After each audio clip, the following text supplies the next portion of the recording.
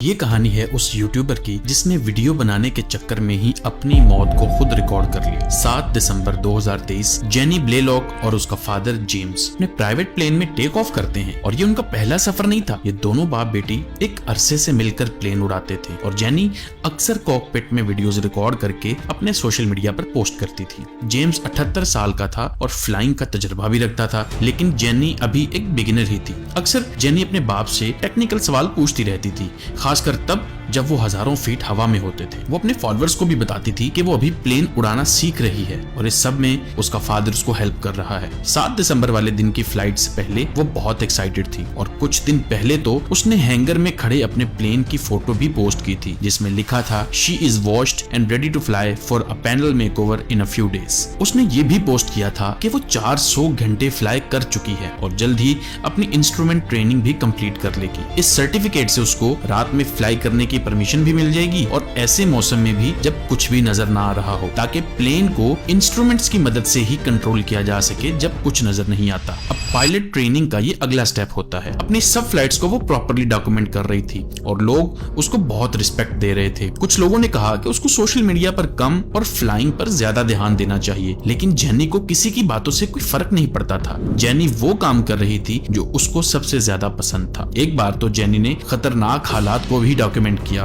और YouTube पर उसकी वो वीडियो सबसे ज्यादा व्यूज लेकर गई, जिसका टाइटल था aircraft malfunction at 4000 feet. असल में उसके प्लेन की बैटरी फेल हो गई थी और उसको मजबूरी में इमरजेंसी लैंडिंग करनी पड़ी और सेफली प्लेन को लैंड भी कर लिया। इस पूरे वाक्य में वो बिल्कुल काम रही और इसको एक वैल्यूएबल एक्सपीरियंस के नाम से याद करती है। लेकिन सिर्फ एक महीने बाद 7 दिसंबर 2023 में जेनी अपने बाप के साथ एक छोटे प्लेन में टेक ऑफ करती है और मामूल की तरह वो अपना कैमरा भी ऑन कर लेती है, जिसमें सब रिकॉर्ड हो रहा होता है। उनका रूट था यूएस की स्टेट टेनेसी में नॉक्सविल डाउनटाउन से सलीन काउंटी रीजनल एयरपोर्ट, जो यूएस की स्टेट आर्कांसस में है। दोनों बाप बेटी सुबह के 10 बजे टेक ऑफ करते हैं। टेक ऑफ के 12 मिनट्स के बाद जेनी प्लेन को 6400 फीट की हाइट तक ले गई और वो एटीसी से मुसलसल राब्ते में भी थी, यानी एयर ट्रैफिक कंट्रोल, जो उसकी डायरेक्शन को, वेदर को और एयर ट्रैफिक को देखकर उसको अपडेट्स दे रहे थे। उस दिन 10 मील की विजिबिलिटी और 9 नॉट्स की विंड स्पीड थी, यानी फ्लाइंग कंडीशंस बहुत परफेक्ट थी।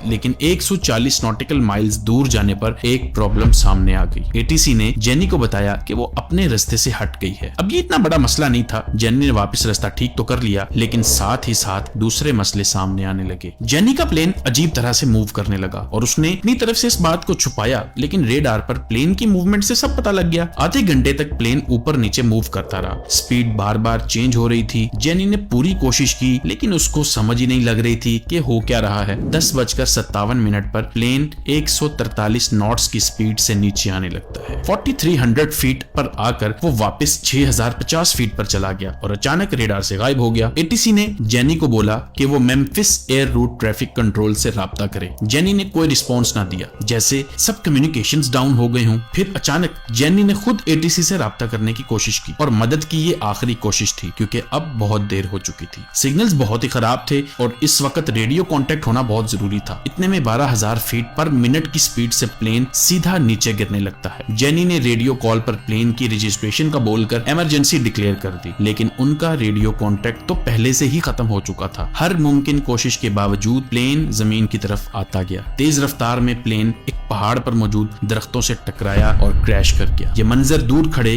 किसी शख्स ने देखा कि बहुत रफ्तार से एक प्लेन नीचे गिर रहा है। लास्ट मोमेंट्स में प्लेन की स्पीड 228 नॉट्स थी, यानी 262 मील फी घंटा। प्लेन ग्राउंड से टकराया, टुकड़ों में टूटा और जमीन में 5 फुट गहरा और 8 फीट चौड़ा गड्ढा बना दिया। हादसे के वक्त एयरपोर्ट इनसे कुछ ही किलोमीटर दूर था, लेकिन जब ये लोग डायना रिज रोड के पास आकर गिरे, यानी टेक ऑफ के पॉइंट से 400 किलोमीटर दूर, पास से देखने वाले लोग भागे हेल्प करने के लिए, लेकिन दोनों में से कोई जिंदा ही नहीं बचा था। इंजन लीक की वजह से अब आग लग चुकी थी और फौरन आसपास के एरिया में फैल गई, क्योंकि जहां ये लोग गिरे थे वहां हर तरफ लकड़ियां ही थी। क्रैश साइट इतनी अजीब जगह पर थी कि रेस्क्यू टीम्स को वहां पहुंचने में घंटे लग गए। 300 फीट के एरिया में जहाज का मलबा फैल गया था। कॉकपिट पूरी तरह तबाह हो चुका था। दोनों बाप बेटे की बॉडीज प्लेन से बाहर गिरी हुई मिली। तबाही का ये मंजर बहुत खौफनाक था। अब इस हादसे की वजह ढूंढने के लिए इन्वेस्टिगेशन स्टार्ट होती है। क्रैश में ज्यादातर चीजें तो टूट गई थी, लेकिन ऑटो पायलट सिस्टम पर काफी सवाल उठे। जेनी ने सेंचुरी 2000 ऑटो पायलट की पब्लिक वीडियो भी बनाई थी और उसको सोशल मीडिया पर पोस्ट भी किया था, लेकिन इनके प्लेन में इलेक्ट्रिक ट्रिम नहीं था, तो ऑटो पायलट को मैन्युअली एडजस्ट करना पड़ता था। इन्वेस्टिगेशन के बाद पता लगा कि एलिवेटर ट्रिम को 5 डिग्री नोज डाउन पोजीशन में सेट किया गया था। इस तरह के प्लेन्स में ये अच्छी खासी प्रॉब्लम क्रिएट करता है और यही वजह थी कि वो प्लेन को कंट्रोल ना कर सकी। लोगों ने बाप बेटी को ट्रिब्यूट तो दिया, लेकिन साथ में क्रिटिसाइज भी किया। एक आदमी ने तो ये कहा कि 5 महीनों तक प्लेन को चलाने के बाद जेनी को इंस्ट्रूमेंट लाइटिंग ऑन करने तक का पता नहीं था। अगर जेनी को ट्रिम सिचुएशन का पता होता तो ये हादसा ना होता, क्योंकि इसकी हेल्प से वो प्लेन को आसानी से लेवल कर सकती थी। इसी के साथ इस वीडियो का खत्म करते हैं। उम्मीद है ये वीडियो आपको अच्छी लगी होगी। मिलते हैं अगली वीडियो में। अल्लाह हाफिज।